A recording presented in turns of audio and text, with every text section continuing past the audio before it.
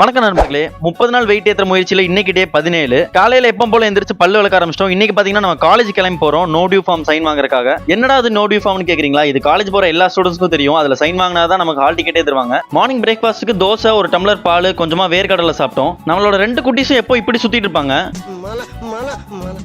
இன்னைக்கு என்னடானா ஆளுக்கு ஒரு மூலையில உட்காந்துருக்காங்க. ஸோ நான் அப்படியே கிளம்பிட்டேன் காலேஜுக்கு. ஃப்ரெண்ட்ஸும் பெருசா வரல யாருமே. நானும் என் ஃப்ரெண்டு தான் போயிருந்தோம். அப்படியே போய் இந்த கழுத்துல இந்த தூக்கயிறு மாட்டிட்டு உள்ள போயிட்டோம். இது போட்டாதான் உள்ள வேற விடுறாங்க. இந்த காலேஜ் பார்க்கிங்குள்ள மண்டவோட வைக்கிறதே ரொம்ப பெரிய விஷயமா இருக்கு. ஏன்னா எவனாச்சும் தூக்கிட்டு போயிடுறான். ஸோ நம்ம போய் அதை சேஃப்டியா வச்சுட்டு டிபார்ட்மெண்ட்டுக்கு போயிட்டோம். ஒரு வழியா எல்லா ஸ்டாஃப் கிட்ட சைன் வாங்கிட்டு நானும் கிளம்பிட்டேன். பேசிட்டே வந்ததுல வண்டி எங்க இருந்துச்சுன்னு பார்க்கல.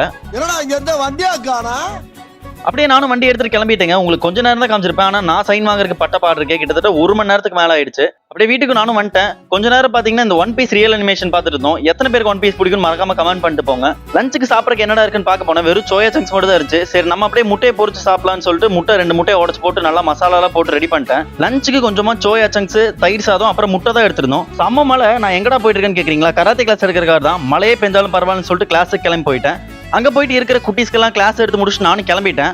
அப்படியே போற வழியே நம்ம ஜிம் தோழரை கூட்டிட்டு போயிட்டோம். ஜிம் போறதுக்காக போயிட்டு வார்ம் அப்லாம் பண்ணி முடிச்சுட்டு அப்படியே லேட் போட்டுட்டு இருந்தோம். இன்னைக்கு பாத்தீங்கன்னா ஷோல்டர் ஒர்க் அவுட் தான். எனக்கு இருக்கிறதுலே ஷோல்டர் ஒர்க் அவுட் தான் ரொம்பவும் பிடிக்கும். ஸோ ஒர்க் அவுட்லாம் வெற்றிகரமா முடிச்சுட்டு நானும் அங்கிருந்து கிளம்பிட்டேன். வீட்டுக்கு போயிட்டு கொஞ்சமா பாத்தீங்கன்னா இந்த அவளும் அப்புறம் 2 பாயில்ட் எக்கும் தான் சாப்பிட்டோம். அப்படியே கொஞ்சம் பாத்திரங்கள் ஒரு வேலை இருந்துச்சு. அதையும் உட்காந்து கழுவிட்டு இருந்தோம்.